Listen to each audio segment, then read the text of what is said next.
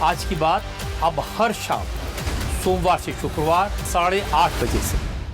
मेरा बड़ा स्पष्ट मानना है कि जो कुछ सामने आया है, अब इसमें मुख्यमंत्री का ये कहना कि हमने अखबारों में सुन लिया या पढ़ लिया, ये तो बड़ा विचित्र है थोड़ा सा। मुख्यमंत्री जी, आप मतलब आपको इसी के लिए जाना जाता है और आप कह रहे हैं कि हमने अखबारों में पढ़ सुन लिया।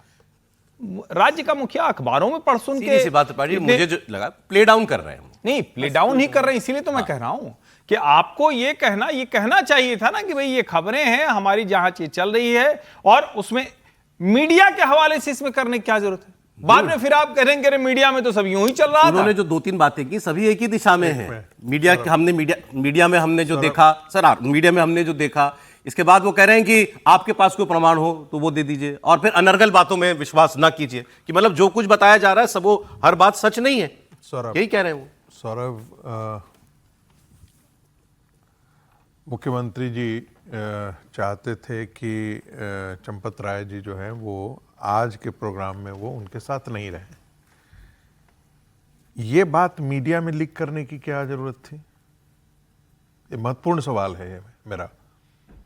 आपको करना था तो कोई और भी बहाना हो सकता था ना, लेकिन कल शाम से ही हमको जानकारी है, और मैं तो समीर जी जैसा जो है वो खुदाई करके निकालने वाला शयन कक्ष तक वाला खबर मेरे पास नहीं होता है।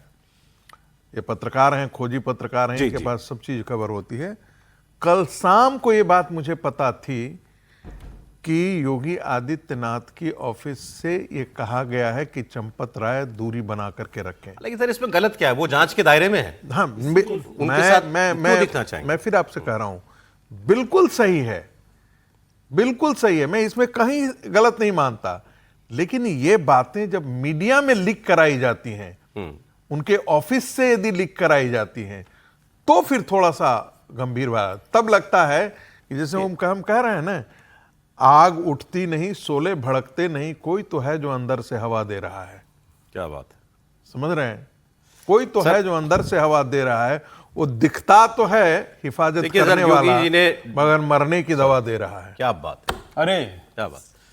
देखिए योगी जी ने इसको डैमेज कंट्रोल करने की कोशिश की। उन्होंने जो बातें की उसका मतलब तो यही है कि भाई हर बात सच नहीं है जो आप सुन रहे हैं। कोई कह रहा 200 करोड़ हो गया, कोई तो हजारों करोड़ तक पहुंच गया, ये इतना चोरी हो गया। तो उन्होंने कहा कि संभल के ये सब मतलब अनर्गल बातें हैं, कोई कुछ भी कहेगा इसका मतलब ये नहीं कि आप उस पर यकीन कर लें। इतनी बात तो समझ में आती है, लेकिन उनके बोलने का ये मतलब भी है कि वो समझ रहे हैं कि बात अंदर तक बहुत गहरी पहुंच चुकी है, लोगों के मन में बात बहुत गहरी गई है। सौरभ जी ये बताइए, कोई भी चीज छिपाई जाएगी तो अफवाह फैलेगी ही ना। हाँ बिल्कुल सही है भाई। कोई भी चीज अगर पहले दिन से ट्रांसपेरेंसी के साथ, स्पष्टता के साथ बता दिया जाता कि चलो ये इसने 5 लाख रुपए चुराया था, इसको पीट कर लिया। एक भी गिरफ्तारी हुई अब तक? अभी तक तो नहीं सुनाई दी, पूछताछ भर सुनाई दी, एफआईआर भी नहीं हुई अभी।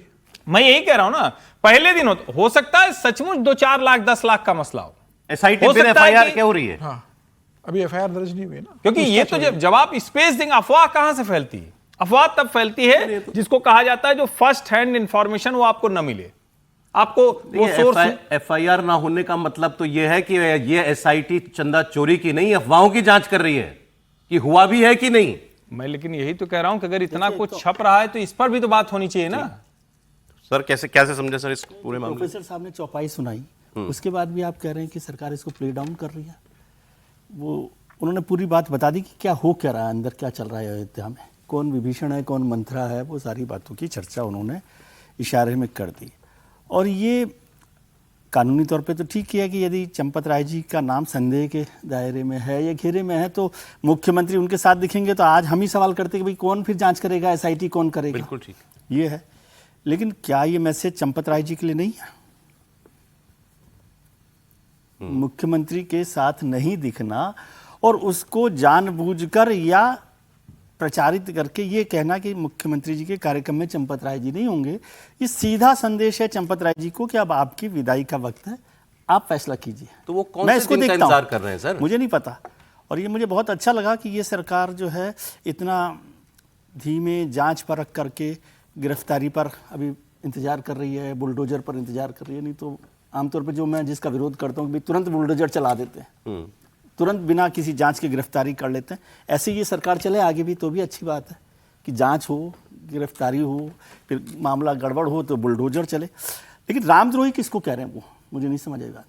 रामद्रोही तो वो होंगे ना जिन्होंने चढ़ावा चोरी की है। चुराया होगा, बिल्कुल वही है। वही है, इसमें कोई नहीं, हालांकि वो सपा और कांग्रेस के वो लिए तो कह रहे सपा थे। और कांग्रेस के वो लिए उनके कह रहे हैं, कह लेकिन रहे थे असली कि रामद्रोही तो वो हैं आज इनको बड़ा जो प्रेम उमड़ चढ़ावा रहा चोरी, है। हाँ। आज इनको बड़ा प्रेम उमड़ रहा है, नहीं, ये तो देखिए, गोलियां चलवा वो रहे ठीक थे। है बात, वो सपा पॉलिटिकल। सपा और कांग्रेस तो रामद्रोही है ही, ये तो जिसे कहते हैं ना, इसको तो मान ही ले रहे, जगजाहिर है। आज के संदर्भ में उससे भी मैं सहमत हूं कि जो लोग चंदा चोरी में शामिल हैं वो रामद्रोही, वो भी रामद्रोही हैं।